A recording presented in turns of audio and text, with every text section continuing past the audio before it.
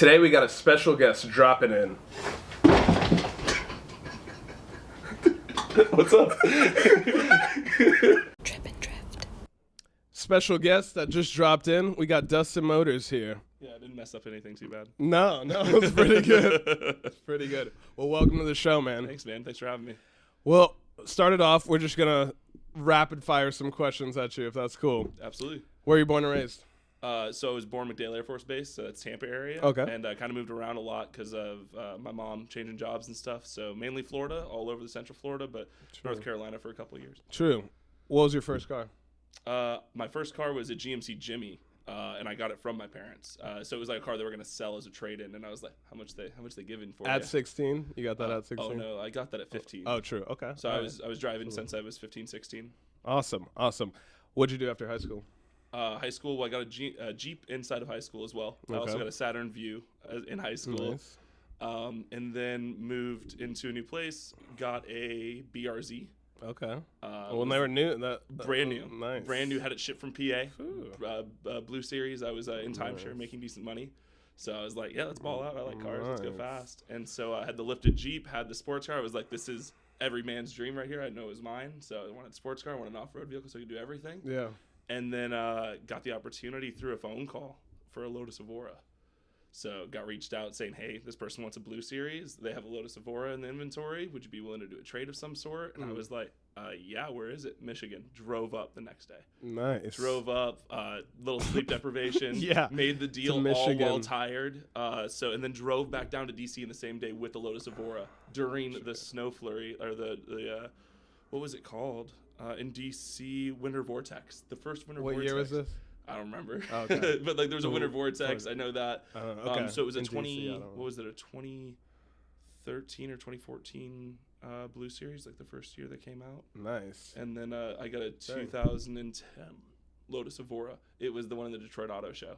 So Storm Titanium Gray, Coke Row interior.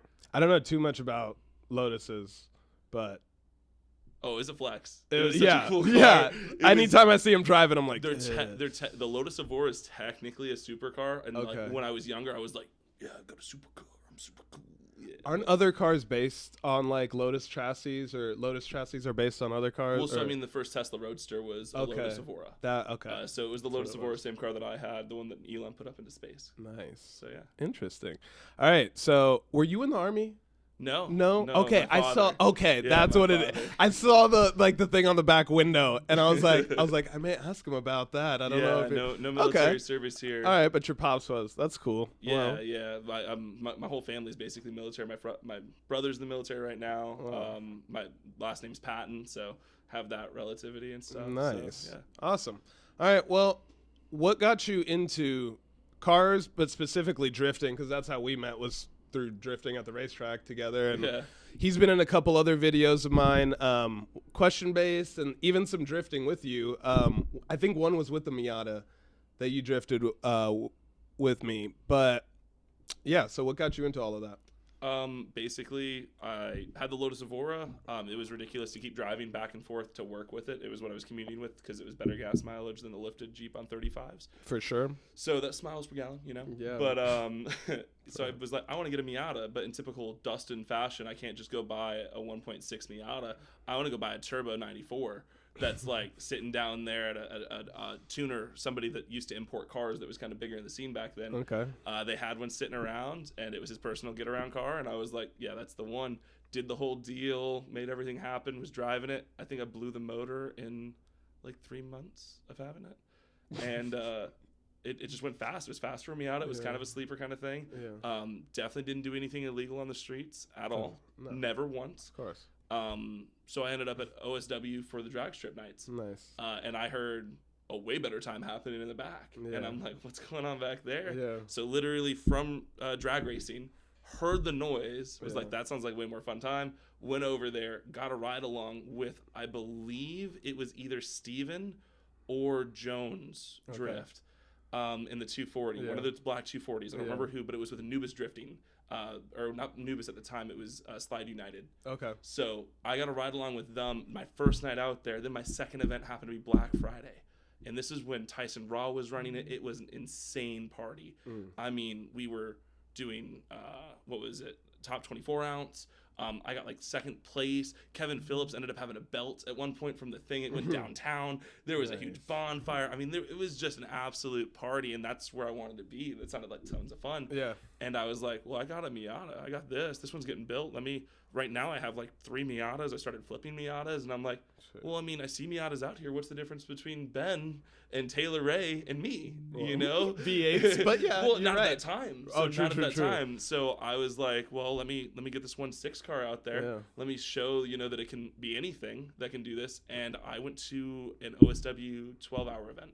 Okay. So full thing, and I was like, walked in not knowing how to do a perfect donut, not knowing how to do figure eight. Yeah. I left getting on the skid pad and trying to full link it, and then full linked it at the end of the day. That's what's up. So just our crash course. I went through so many dry rotted 12 tires. hours. That's a good. Yeah, I actually made a video of it, and I tried to think maybe I'll do YouTube and stuff, and so yeah, posted it up and was just drifting with a little Miata, having a party. After that, you just kept, because you have quite a bit of Miatas, right? If I'm not mistaken. Right now, I'm only at 5. Okay. So was that just to interchange, like as backups? No, or was that... so I love the cars. I love Miatas. I had the black 94. That was a turbo car that was being built. It just got done. I just blew its transmission again. So a little more projects. I've had the red Miata was my first buy to flip Miata. Okay. Fell in love with it. Couldn't get rid of it. True. Matching, numbers, hard top. It's lovely. It was beat up, but I bought it for like $900. Nice. Which was insane back then. Still, and now even more so today. Yeah. But yeah, so I ended up with Miatas. I did almost 200 Miatas in 2 years. Wow. Flipping. I mean, I was going to Miami, stuffing 2 Miatas in my trailer and coming back and fixing them enough to sell them and selling them just enough to make money for the week. The price has gone up on Miatas now. Price has gone up. And I mean, I wasn't increasing my price enough on the cars to really make a good living. So I had to do volume. And that's what I was doing because I saw so many deals. And I'm like, well, I need money to buy this next car. So if I can flip this car and make a little bit more money, I can get another one, and started buying nicer versions while still doing the crappier ones. But I mean, at one point I had 24 Miatas, I think, at my house. Code enforcement hates me. Yeah. Yeah. Yeah, they wanted to get at me, the city of Orlando, for having my car on jack stands for a few weeks. From like the wreck that I hit the wall at OSW, I'm trying to fix it myself. You see that I'm putting work into it. Like I'm not just leaving it in the yard. It's in my carport. No. What's crazy? It's a carport, so they're just like, it's visible. We can see it. Right. The thing is it could be like that if I had a gate in front of the carport, or if there was a door there or something like that. Then they couldn't get in and technically tow it. But because I called and asked them, I was like, "What's going on? Like, why is this happening when like I am trying to fix this? I want it to drive just as bad as you do." I'm gonna tell you right now, I want it a lot more than you do. Yeah, so. It is what it is. But so Miatas go through, and then how'd you get into the Z? And so now that's the drift car now. Yeah, that's the drift car now. Yeah. So I basically had the Miatas and did the Miata for longer than I probably should have. I was in that car for over a year and a half, maybe even 2 years. True. Pat Gooden literally was hanging out, saying hi to the puppy, as he does. He loves dogs. Yeah. Cool guy. He's like, when are you gonna get a real drift car? And I was like, what do you mean? Miatas are great. They're doing this, all that. These people. And he's like, yeah, but like realistically, they're twitchy. Other people have been telling me, hey, they're hard cars to learn on. But ultimately, it's not like the end all be all drift car. And I was like, well, I can't really afford a 240 with the prices that you were even back then. Yeah. And then I was like, well, let me look at 350. I see Adam, Matt, all these people, Ben, Taylor, all of them going through Z's, and they're lasting, they're working. And I'm like, let's just go for a Z. And I started, collected money, was like, maybe I'll loan out on it. Maybe I'll save money, save my nickels to be able to get it. Yeah. And eventually I had some money sitting. I was like, let's get a Z. I want it for OSW spring break. And this is about now a year and a half ago, maybe 2 years ago. Okay. And basically I looked at one that was done, was ready to go. And then one I appeared on Facebook Marketplace. And when I'm telling you, this is one of those Facebook Marketplaces that you've seen, you knew this isn't worth it. Yeah. And I was like, I'm going to make it happen. Yeah. I'm pretty patient with certain things. Yeah. Ryan was trying to get this Z. Other people were trying to get it. It was cheap, but nothing. This guy was horrible to work with and like just hard to communicate with. It used to be a hot box in the backyard. It basically had a new motor, wouldn't run, barely putted around when it did work. And I picked it up for $900. So, wow. But it'd been wrecked twice. Had a clean title somehow. I guess they just For were drift reporting the car? wrecks. But it's a drift car. Yeah. And it was a heap. Yeah. Everything was wrong. There was so much work. Like getting There a was 240. bends. I mean, like, I knew what I was getting, a $900 car. I'm just glad I didn't buy like $3,000 car and do that. Yeah. Eventually got used parts from everybody else in the drift community that was like selling their stuff off because people were upgrading to Wise Fab and stuff like that. Yeah. And I'm like, okay. And so I collected all the small little parts. I started with the GK Tech angle kit knuckles, and then I got the lower control arms for that, and then I got my voodoo arms in the back. And I was like, that was a purchase. I'm like, might as well just go for it now. I was trying to buy a U-set off Matt, and he's like, they're sold. And I was like, all right, if you're saying those are the ones to grab, I'm gonna grab those. Yeah. Just pay the $214 it was per arm or something crazy. That's probably like the most expensive thing I put in the Z. Yeah. And then, I also bought the motor from Anubis Drift, the one that Amanda or Amber has been driving. Yeah. That before it got LS'd, it had the same motor that I Okay. have. All right. That was pulled out. Okay. So the DE motor from their car that's been ticking and drifting for 2-3 years has now been drifting to mine for almost 2 years. That's awesome. Well, that shows how much of a tank those motors really are. If you put oil in them. Yeah. If you put oil in them, I do oil changes every the oil single consumption. event. Yes, please check your oil. Yeah. You at home right now, does your DE need oil? Just for what is it, $35? For $35 an event, you too could have a DE that'll run forever. I hear the problem is music in the radio. The way that the dipstick is, it like drips. I've never checked the dipstick through it doesn't fill up from the bottom, and you check the dipstick that way. It like drips through the top of it, so you never get like a perfect reading of it. You don't know because you've never checked it, you say. No, but I've heard this from other people. I after the event, I open the drain plug and I take the filter off and go, oh, there was oil in there. No metal. Cool. Oil. And just dump VR1 in there. Nice and thick syrup. Nice and thick. Nice and thick. Awesome. That's what we like, nice and thick. Well, what do you think the role of EVs are in drifting? Do you think there is a role for them? I mean, right now, I don't think that we have the infrastructure for it in the drifting community, as in a competition setting. Yeah. They tried it at Formula Drift. Yeah.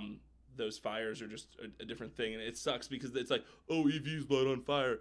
Dude, they're the future. I understand that, and it's being forced down our throat. No offense. Like, if you're pro or against, I'm here. I have a Tesla truck on order. I think they're going to be cool. I think they're a tool just like anything else. Yeah. But I don't think that they should be replacing everything. I think diesel trucks still have a place. I think gasoline vehicles have a place. And I think vehicles that are already on the road, already manufactured, and all of that pollution or energy that's already been put in there, it's already done. I think it makes more sense for somebody to be buying a 20-year-old car, even if it's bad on gas, than getting crushed and buying an $80,000 EV that is going to run off of electricity. Yeah, new car prices are ridiculous now. It's insane. But racetracks some racetracks aren't letting EVs in. I recently saw. I found that pretty interesting, and it makes sense. The fires that they could have, they're kind of scary, to be honest with you. But I mean, fire's kind of scary. Yeah, no, but EV fires, they're just different. the way, they just really are different than a normal car fire. You can't put them out as easily, really. No. But there is some really sick stuff that they're able to do with EVs, and I've seen some drift. I've seen some all-wheel drift and do some crazy stuff. But I especially think grassroots guys, even pro-level guys, they like car people like the engine and the combustion, the feeling, the sounds that it all gives. So I mean, it's kind of like, I think the first time I experienced not the EV question, but the when are you getting away from the root of it kind of question, was getting into a GTR 35. Okay. R35, it's a computer on wheels, and it'll snap your neck. It True. goes. You know what I mean? They're fast, Yeah. but in reality, it's an electronic braking control. Everything's electronic, except obviously it's gas powered. But you're taking the driver element almost out of it. All you're doing is mashing a gas pedal. The computer's figuring everything else out. Well, so at what point are we really getting upset that it's gas versus electric? Are we just getting afraid that we're going to lose that feeling? Yeah. But I tell you right now, if you got into a Porsche 918 hybrid, you'd be loving life. Yeah. And that's a hybrid, right? I guarantee you, if you got into a Plaid, if I pulled a Tesla Plaid up here and we went for a rip in it, you'd be like, this is crazy. Yeah. This is fun. it's all got to roll. It's kind of like, what's your favorite roller coaster? Do you like the wooden roller coasters that got torn down at Busch Gardens? Because I loved them. Yeah, right. Huazi. Yeah. There was three. There was like Big Cats or whatever. All the different ones. And I mean, I loved them, but at the same time, I understand certain things need to go away or they're not maintainable. Yeah. Right. How many Model Ts do you see going down the road? You know, there's an evolution. It's not saying that Model Ts don't have a place and aren't cool or any classics. It's just, am I going to commute every day to one? Yeah, that makes sense. So I think that we're going to see more people having more cars. Not that it's financially everybody's getting more money. I just think that certain cars, if you know what you're doing, you could grab at a decent price and you have a project, you have something to mess with, something cool. And then you have your, It's interesting. I kind of think the more people, just from now on, I think more people are going to have less cars. Really? Just in like the sense of like Ubering around and like ride share and like, just that's more and more common. Like certain people I talk to like don't even really want to drive, and they're okay with like not getting their license or something. Which to me, like you're right. Well, I feel like more people are moving to our area and stuff as well. But that's a whole nother thing. Florida is great though, so I mean I'm not gonna blame you. Pow pow. Gunshot State, baby. Woo! American flag. Bald eagle swoops in. That's what it feels like. Uber, by the way. Sometimes feels that way. Yeah. Yeah, absolutely. No, but I think that's also going back to like city people versus country kind of things. No. We have different like wants. I enjoy driving. Now, is there times when I don't want to be driving? Of course, he wants to commute to and from work, but I try to make it as enjoyable as possible. Yeah. But at the same time, I'm not on the racetrack when I'm out driving. That's why I get to go to racetracks and I get the opportunity to do all that kind of stuff. For sure. Well, that kind of calmed me down more on the street once I had the ability to go to racetracks and like get that fun out in a safe way there at the racetrack. I didn't really need to speed unless like something was life or death, which nothing really has been. So yeah, I don't really speed on the street anymore because like I get to do that on the racetrack really. But yeah, it's kind of cool how your hobbies can help in your life too. You enjoy your things. You got to work for certain things. You try to make it as enjoyable as possible. Comfy. Totally. You're just like, man, I'd rather go spend $200 and some on tires, not this random speeding ticket I'm gonna get this. Yeah, exactly. Exactly. Well, being that this is dreaming with Drip and Drift, what are some little dreams Dustin Motors has that, are for like the next year or so? And then what are some big dreams that Dustin Motors has that's for the next 5-10 years type of thing? Well, I mean, everybody that knows me knows I'm big. Like, I want to go hard, do everything fast, and go big. I'm not one to be like shy or pussyfooted around. I want more releases of merchandise. I would love to be able to actually have a consistent line and be able to show it and bring it to events and stuff like that. I want to get to more events. Right now I'm announcing with Formula Drift Pro-Am Series with U.S. Drift Circuit. Yeah. And that's a phenomenal team out there with Jackson and everybody. That was awesome. Yeah, seeing you Saturday. Yeah. He's up on the stage there, not yelling at people, but just like announcing, doing your thing. And, it's like, good seeing you, man. Yeah. Like, that was dope. Yeah, it's a cool thing. So I want to do more of that. I want to get to more events. Right now, one of my little dreams that is in the works, and it is going to happen, is I'm getting out to No Coast this year with Drift Factory. So I'll get to see everybody else, the Drift Factory team in Colorado, to New Mexico, because that's where Drift that's going to be. Cool. So I mean, some small goals. Obviously, merchandise would be cool. I've got a really cool shirt design that I'm going to do a pre-order on hoodies for coming up soon. So if I have anything on that, I'll share it with you, so you can share it. That'd be dope. But yeah, I mean, that kind of stuff. But bigger dreams is, I've always wanted to be able to have fun with whatever I'm doing. And I mean, passive income isn't passive. You have to work really, really hard and put the time in beforehand and then continue to run it.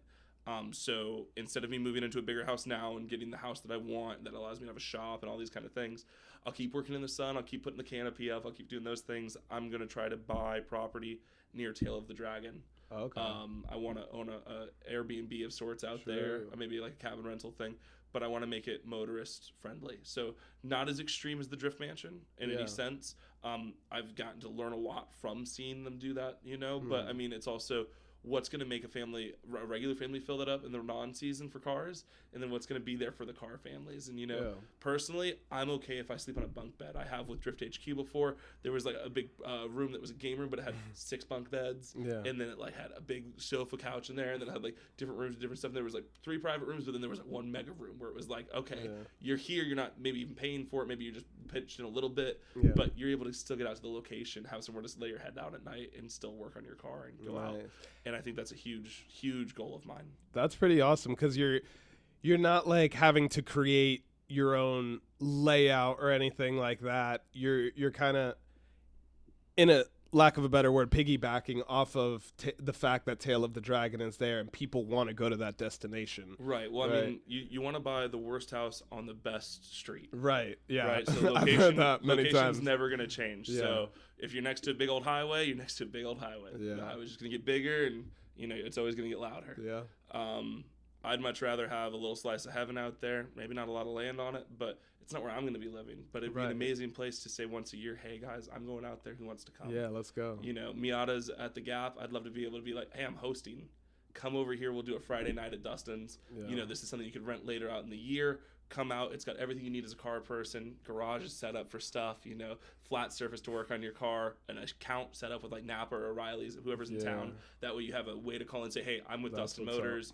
Can I get the discauted price? Put it on his tab. No tab.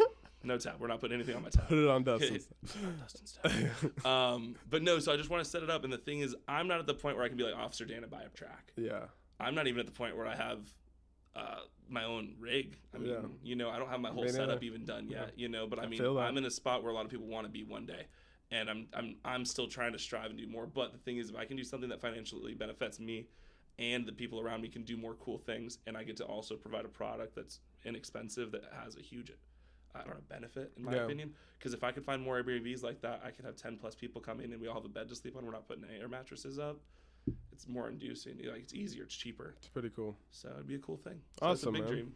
Big dream. That is a big dream. But they both, like everything you said, like I really believe in you, and I believe that is obtainable. Like the way I've seen you from the past couple of years or whatever, just hustling on the grind, doing your announcing, doing the car stuff, like getting Drift Factory, like it's pretty dope. And like I think if anyone, you're the guy to do it. So I appreciate that. Keep at it, dude. It's seat time. Seat time in life. Yeah. I mean, when I first got on the track, what the difference was more tires, more seat time. You're gonna fine tune things. You're gonna learn what works and what doesn't. Don't get so wrapped up about all the technical stuff early on. I mean, what tire are you running with this? Yeah, emulate. They're doing it for a reason, right? Yeah. But make sure it's practical in your budget, stuff like that. Most people, including myself, went to used tire places and got used tires For sure. to be able to go. I was buying Miatas, and that was helping me fund my Miata drifting, because I would just take the good tires or the dry rotted ones that had tread, and I'd be like, oh, we can take these drifting, and I'd put whatever Westlakes I could or something cheap, whatever, onto the car I'm selling. I'd love to have drifted those Westlakes, but I couldn't afford it. And then eventually I got to the point where consistent tires, Tommy taught me. He's just like, you're going to be only so good until you have a consistent tire, and you know how it is when it's cold. You know how it is when you have a flat spot on it. You know how it is at the end of it, when it's cording, how it's going to feel, how you're going to react to that car. And no one's going to want to get close to you if you don't know how your tire is going to react. If you don't know how to control your car, why am I going to trust putting mine next to you? Because both of us got to go home and fix them. It's true. Yeah. And that's the thing about drift tracks and like tandeming and stuff. It's like, if we go out on the track together, I'm putting my trust in you that if something happens, I'm not making you pay for it. If it was your fault, like we're on the racetrack, I entrusted you with that. It's like, now if you were driving my car and hit it, I think that would be different, maybe, but yeah, right? If there's a failure. So the way that I've looked at it forever is, if I hit you, break something, or something breaks and something happens because of me, I'm going to go out of my way to make sure that I can help you. What do you need? Here's the deal. What can I do to help you? When are you free so I can come over and do that work? I know how to do that. Do you mind if I do it? That kind of stuff. Yeah. Most of the time, everybody's chill. But I mean, like, if someone's borrowed my car, it's very understood that if they're beating on it and they do something to cause my car to break, then that's on them. They need to take care of it. Yeah. Now, if something happens in the car while they're doing a 1 lap or 2 laps, clearly it was going to happen if I did 1 or 2 laps. You know what I mean? So why am I going to get upset with them? I've also laughed when my car was getting pitchforked off of the OSW skid pad when it went to the wall. You know what I mean? Like, it's funny. Yeah. Like, dang, that sucks. That's my day. And I felt bad that I was taking Yeah. seat time away from people. I saw a grid lined up, you know, and I'm like, dang, I made a stupid mistake. We did an extra hot lap. I went a little too wide trying to touch the wall, not realizing I've been touching it, thinking I was just like, oh, I need to add a couple more inches. And then that extra little couple inches equals a lot more when you hit marbles. And, I mean, we all make mistakes. Yeah. Who hasn't hit the wall at OSW? I mean, there's actually a lot of people that haven't. You guys are better than me. What can I say? Us, because I hit it too. It happens. It does. And like when I hit it, people were like, it was bound to happen to you sooner or later. Better that you got it done now. And I was like, true. Like, there's this weird point where confidence and ability meet. And my confidence is here always. My ability's somewhere around here. Eventually something bad's gonna happen. Kind of how it happened. Yeah. I mean, like, it's again, seat time. I mean, now the car, I've done a full refresh on it. Second refresh on the car. It went from being a black pile of spray paint and rust to all new panels. Yeah. You know, all new Looks over real good. fenders, full cage. You know, I mean, a lot of work, a lot of time. Awesome. Well, man, do you have any plugs? You want to let people know where they can find you at? Oh, yeah. Dustin Motors on Instagram would probably be the best. I do have a YouTube, but I don't really post on it. But if you guys harass me enough or something blows up, who knows? Maybe I'll start doing that again. And TikTok too, right? I do have a TikTok. Crap, I don't know. It's probably, Dustin it's Motors. Probably Dustin Motors. Dustin I'm Motors. gonna guarantee you. Hold on. Let's not watch this random video that's on here. It's Dustin Motors. There Wow, you go. imagine that. I had a video with Xavier Wolf that blew up. It's the only good video on there, apparently. Awesome, man. Well, thanks for coming out, dude. Absolutely, man. Good talking to you. This has been another episode of Dreaming with Drip and Drift. We'll catch you next time.